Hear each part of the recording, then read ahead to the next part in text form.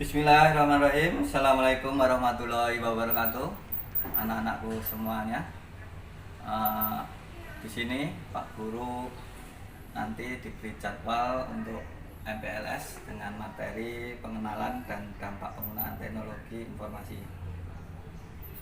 Namun sebelumnya, mari anak-anakku kita selalu berdoa pada Tuhan Yang Maha Esa. Karena sampai saat ini kita semua masih diberi kesempatan untuk belajar, walaupun belajarnya nanti jarak jauh.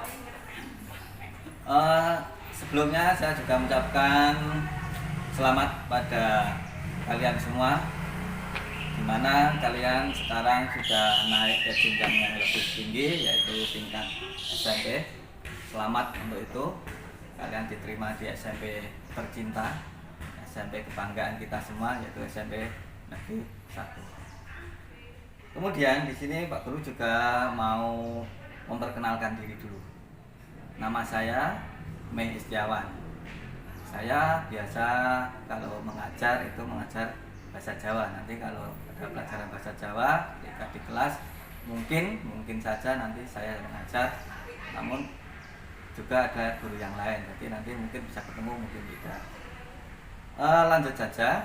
Di sini Pak Guru mau menerangkan materi, yaitu pengenalan dan dampak penggunaan teknologi informasi dan komunikasi. Untuk itu, mari kita saksikan bersama penjelasannya.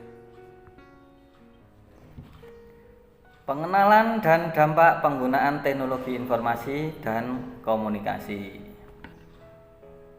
Apa itu teknologi?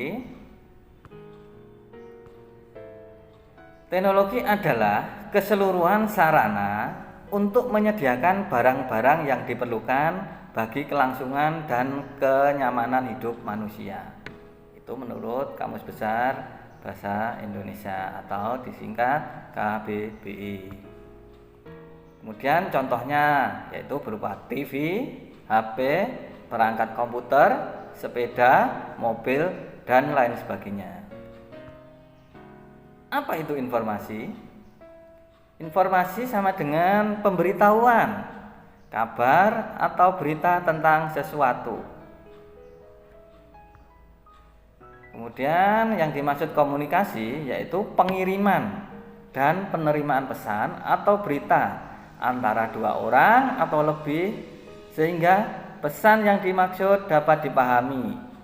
Komunikasi bisa diartikan juga hubungan atau kontak. Penggunaannya, penggunaan teknologi informasi dalam dunia telekomunikasi. Dalam telekomunikasi kita semua anak-anakku, kita tiap hari selalu menggunakannya, berkomunikasi bisa lewat HP ataupun media-media lainnya. Kemudian teknologi informasi di bidang pendidikan. Saat ini bidang pendidikan pun sedang banyak sekali penggunaannya. Contohnya nanti kita selalu belajar daring, itu nanti juga dimanfaatkan untuk pendidikan. Kemudian dalam dunia bisnis, juga di bidang dunia kesehatan ataupun dunia perbankan. Dan masih banyak lagi ya pemanfaatan penggunaannya teknologi informasi tersebut. Nah, dampak positif perkembangan teknologi. Ya. 1. Pertukaran sebuah informasi yang menjadi lebih mudah dan cepat. Jelas, kita sekarang zamannya serba instan, dipermudah dengan adanya teknologi tersebut. Memudahkan pekerjaan yang dulunya mungkin dianggap sulit, sekarang bisa dianggap lebih mudah atau lebih gampang. Sekarang bisa dianggap lebih mudah atau lebih gampang.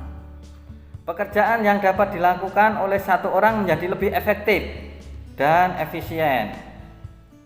Kemudian sistem pembelajaran dapat dilakukan secara online tanpa harus melakukan tatap muka.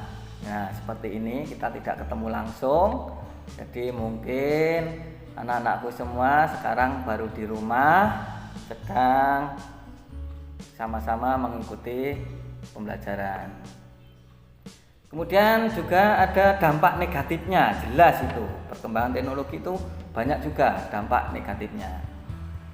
Yaitu masuknya budaya luar yang tidak mudah untuk diterima oleh anak di Indonesia. Dengan budaya-budaya kebarat-baratan yang tidak sesuai dengan kebudayaan kita, itu jelas. Itu tidak mudah kita terima.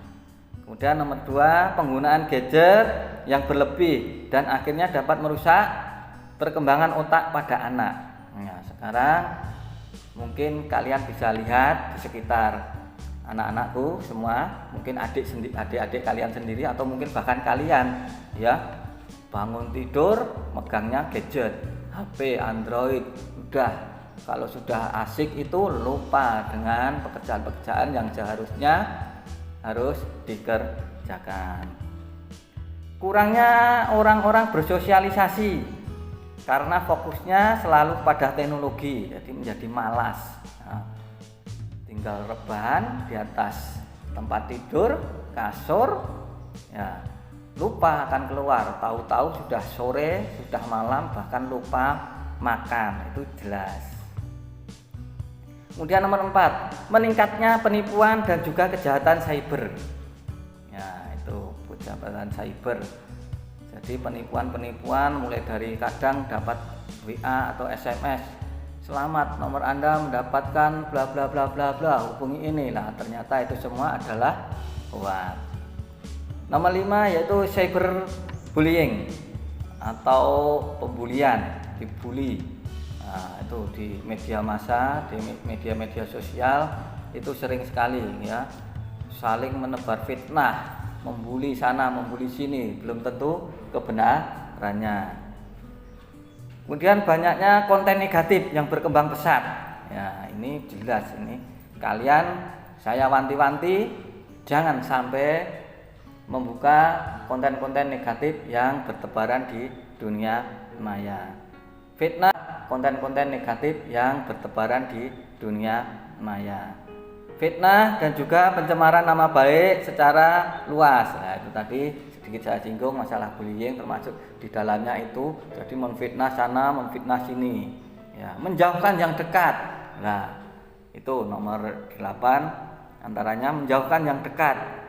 Ya, kita sendiri mungkin tidak sadar ketika kita kumpul ataupun berdekatan dengan bapak, ibu, ataupun adik atau kakak di rumah, semua kalau sudah pegang HP itu dekat, tapi fokusnya itu pada gadget atau HP yang kita pegang. Ya, itulah menjauhkan dari yang dekat menjadi jauh, dari yang jauh kita itu balas WA, balas Facebook, kirim status ataupun Instagram, terserah lah itu. Jadi menjauhkan yang dekat.